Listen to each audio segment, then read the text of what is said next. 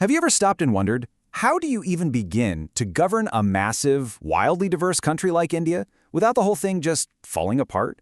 We're talking about a nation with a staggering population, a complex, layered history, and honestly, more languages and cultures than entire continents. How do you share power in a way that keeps everyone united but still totally respects their unique local identities? Well, welcome to our explainer today. We are going to unpack the mechanics of the world's largest democracy. By the time we wrap up, you'll understand exactly how power flows through this fascinating nation. Okay, let's dive right into this. We're going to start with the basics, what federalism actually is. Then we'll look at India's specific blueprint, see how it plays out in practice, tackle the giant language puzzle, and finally, take it all the way down to the local, grassroots level. So, Part 1. What exactly is federalism? To really understand India, we've got to look at how governments around the world handle power. Do they share it or do they hoard it? In a unitary system, think of a country like Sri Lanka. The national government basically holds all the cards. The central authority has all the power, and any local governments are completely subordinate to it. But then you have a federal system, like Belgium. Here, power is constitutionally divided between a central authority and its constituent units, like states or provinces. Back in 1993, Belgium actually shifted its constitution to guarantee these regional powers, meaning the central government couldn't just sweep in and take them away anymore.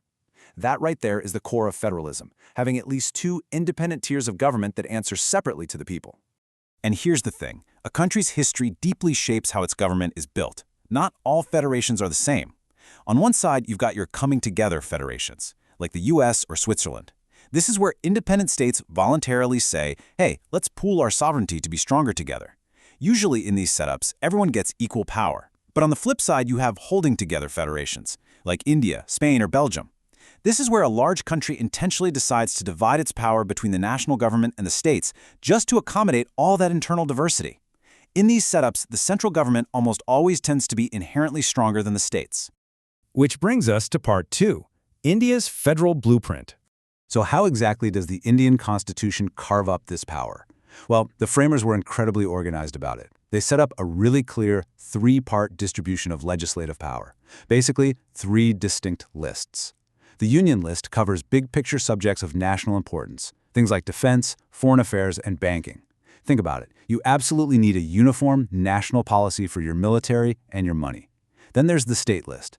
This covers subjects of local importance like police, trade, and agriculture. The needs of farmers up in the mountains are completely different from those down on a coastal plain, right? So the states handle that. Finally, the Concurrent List includes areas of common interest like education and forests, where both the union and state governments can make laws. But real life is messy, right? It's never perfectly neat. For instance, if agriculture is strictly on the state list, why is there a union minister of agriculture sitting in the central cabinet? And what about something like computer software? That didn't even exist when the Constitution was drafted in 1950. Well, the framers gave the union government residuary power to legislate on any brand new subjects that pop up. And with agriculture, while states handle the day-to-day laws, the central government still steps in for national policy, funding, and interstate trade. So, yeah, powers definitely can and do overlap. Now, a really crucial takeaway here is that this blueprint is not perfectly symmetrical. Remember how holding together federations are often a bit lopsided? India is a prime example of asymmetrical power.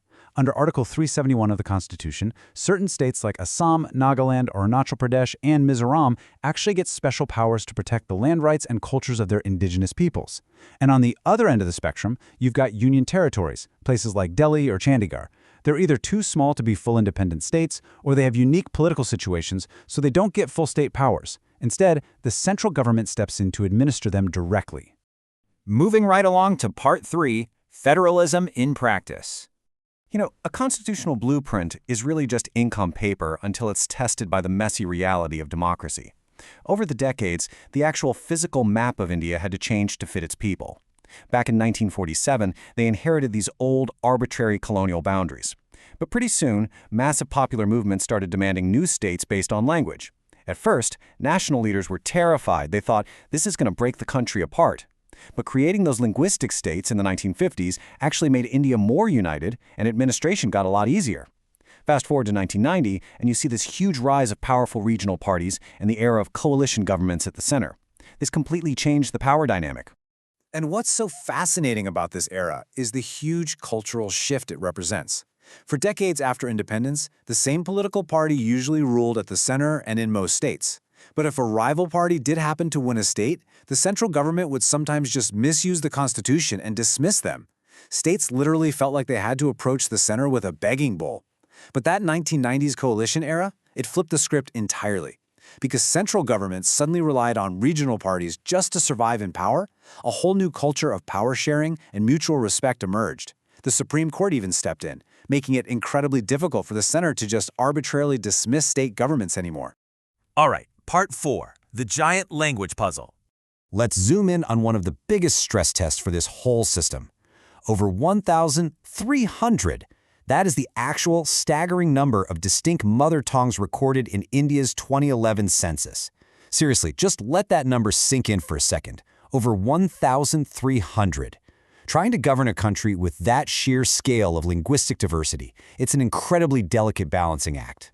When you actually break the numbers down, Hindi is the most spoken language, sure, but it's the mother tongue for only about 43.6% of Indians. So, because there's no single massive majority, India actually doesn't have one national language. Instead, Hindi is an official language, but the Constitution actively protects 21 other major languages, like Bengali, Marathi, and Telugu, designating them as scheduled languages. If you're taking a central government exam, you can literally choose to take it in any of these languages. Plus, individual states use their own official languages for daily government work. This built-in flexibility is absolutely crucial. It's exactly what kept the Federation from fracturing, avoiding the kind of violent conflict you see in unitary systems that try to force one language onto everybody. Finally, we reach part 5, power to the local level. So we've talked about the center and the states. Now, let's zoom all the way down to the grassroots level. I absolutely love this analogy from our source material. We are like a 3-tier coach in a train. Running India with just a central and state government is practically impossible. Why? Because the states are gigantic. Seriously, population-wise, the state of Uttar Pradesh is bigger than Russia. Maharashtra is roughly the size of Germany. When states are that massive and internally diverse, you desperately need to share power within them. Enter the 3rd tier, local government.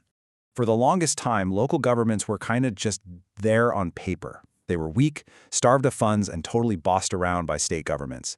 But that all changed with a massive constitutional amendment in 1992.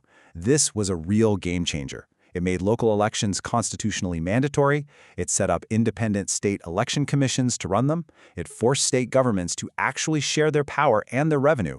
And get this, it reserved seats for historically disadvantaged groups and mandated that at least 1/3 of all positions go to women. Literally overnight, local governance was completely transformed. Let's see how this structure actually builds up from the ground in rural areas, what's known as the Panchayati Raj system. At the very base, step 1, you have the Gram Panchayat. That's the village council headed by a Sarpanch, and they're elected directly by the adult villagers. Then, step 2, you group a few of those villages together to form a Panchayat Samiti, basically a block-level body. And finally, step 3, all those blocks in a district join up to form the Zilla Parishad, which is the big district-level political body. It's this incredibly structured pyramid of self-rule. 3.6 million. That is the number of elected representatives in local panchayats and municipalities across India right now. 3.6 million. That is literally larger than the entire populations of dozens of countries in the world. This decentralized setup is, without a doubt, the single largest experiment in grassroots democracy in human history. But, no system is totally perfect. While the elections are super enthusiastic, the reality on the ground can be tough.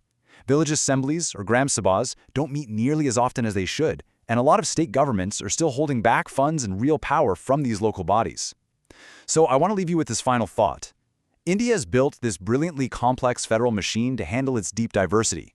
But when we look at the growing pains of local governments today, how do we close that gap? How do citizens and leaders bridge the distance between this amazing constitutional blueprint and the true, messy ideal of empowered self-government? That is the ultimate question the world's largest democracy is still trying to answer. Thanks for hanging out with me for this explainer, and remember to always keep questioning how the power around you really works.